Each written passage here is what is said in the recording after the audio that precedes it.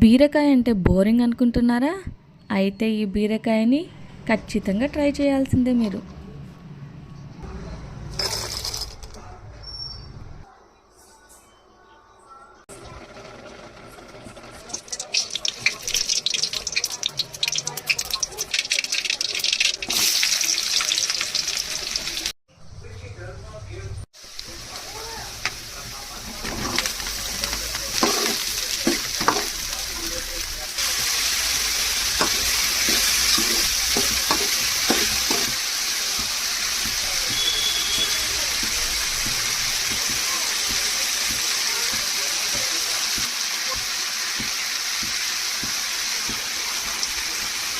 చూసారా, 5 నిమిషాల్లో బీరకాయ కారం రెడీ అయిపోయింది.